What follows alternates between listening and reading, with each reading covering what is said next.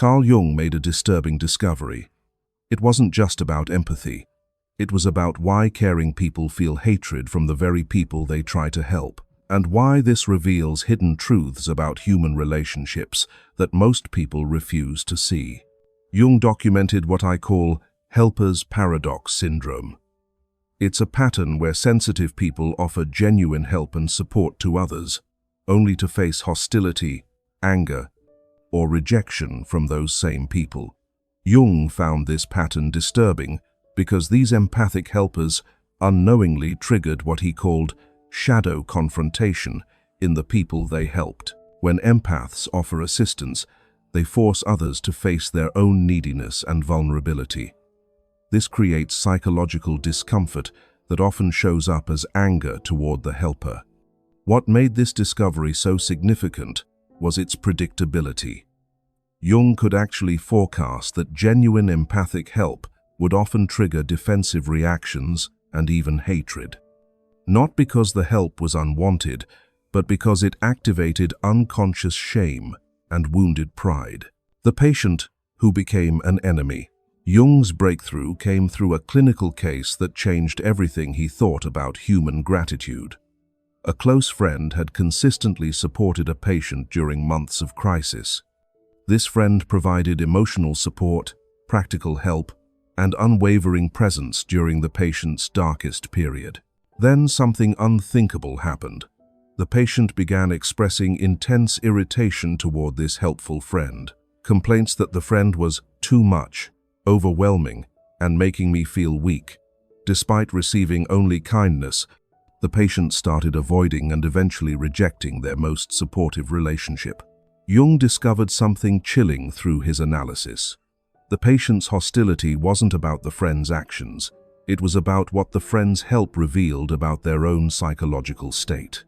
The helper had become a mirror reflecting their dependency. This triggered shame so deep it transformed into rage against the mirror itself. Jung wrote, "The individual could not tolerate being witnessed in vulnerability. The helper's presence created unbearable awareness of neediness, forcing a choice between integration or projection. The psyche chose projection." What disturbed Jung most was realizing this wasn't isolated. It was universal. A basic pattern where empathic help activates what he called dependency terror in recipients. The friend's caring presence forced them to confront parts of themselves they'd rather deny. The shadow mirror effect. Jung uncovered why genuine help triggers hatred. Empaths work like psychological mirrors.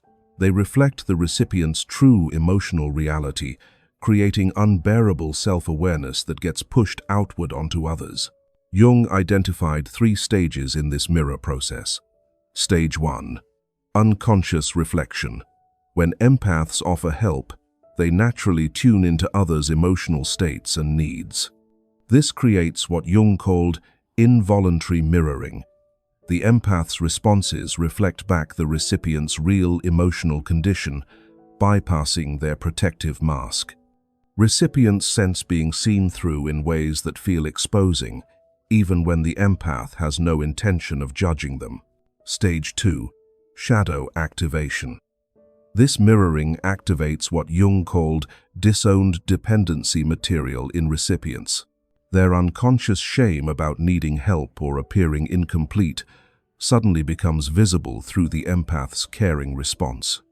Rather than accepting this normal human condition, the psyche sees it as threatening and tries to eliminate the source of awareness, the empathic mirror. Stage 3. Projection defense. Recipients often unconsciously give negative qualities to empaths to justify rejecting them. The helper becomes manipulative, condescending, or trying to feel superior. These projections protect against acknowledging their own vulnerability. This explains why empaths feel blindsided by hostility after genuine attempts to help. The hatred isn't about their actions, it's about the unconscious psychological material their presence activates in others. The 4 types of helper hatred. Jung catalogued 4 distinct patterns in how people transform empathic help into reasons for hostility. The pride warrior. These people experience any offer of help as an attack on their independence. Jung observed they respond with competence theater, dramatic displays of self-sufficiency designed to reject the implied inadequacy of needing help. They often escalate to personal attacks, claiming helpers are trying to feel important or need to be needed. The shame transformer Jung identified people who convert their internal judgment about needing help into external blame toward empaths. They transform their self-criticism into criticism of helpers. These individuals often accuse empaths of condescension or manipulation, projecting onto helpers the very judgments they hold about themselves. The guilt reactor, Jung documented individuals who respond to help with overwhelming guilt about being burdensome, then transform this guilt into resentment toward the helper. These recipients often have histories where their needs were met with martyrdom, conditioning them to associate receiving help with causing others to suffer. The control detector, Jung identified people who interpret empathic help as attempts at manipulation or control. They perceive help as implicit demands for change. These individuals often have histories of being manipulated through helpful behaviors, making them hypersensitive to any assistance that might come with strings attached. The dangerous psychology of helping. Jung identified serious psychological risks that emerge when empathic help triggers defensive hostility, empathic confusion crisis. Jung observed that empaths often experience deep disorientation when genuine care is met with hatred. Since their intention was purely supportive, negative responses create what he called reality questioning about their own motivations. This confusion can be so severe that empaths begin doubting their ability to read social situations accurately. The projection poisoning effect. Jung identified how empaths often absorb the shadow material projected onto them during helper rejection episodes. Recipients' accusations about manipulation can contaminate empaths' self-perception even when factually wrong. Jung noted that sensitive individuals are particularly vulnerable because their empathic nature makes them naturally receptive to others' psychological material. Relationship destruction. Pattern Jung documented how helper rejection creates escalating dysfunction. Empaths feel hurt and withdraw their natural care, while recipients feel guilty about their reaction but don't understand why.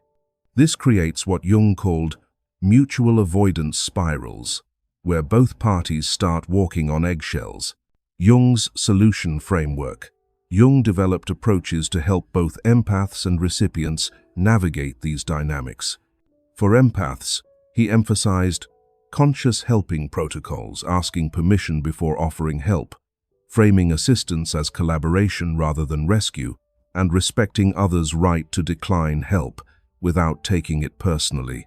For recipients, Jung taught projection recognition, identifying when negative responses help reflect their own psychological material rather than the helper's actual behavior.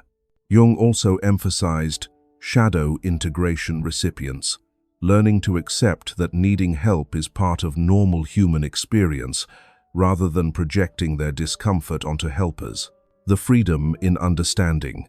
Understanding why empaths feel hate from people they've only helped reveals fundamental truths about human psychology. This phenomenon isn't evidence of empathic failure or recipient ingratitude. It's the predictable result of unconscious shadow dynamics governing human interaction.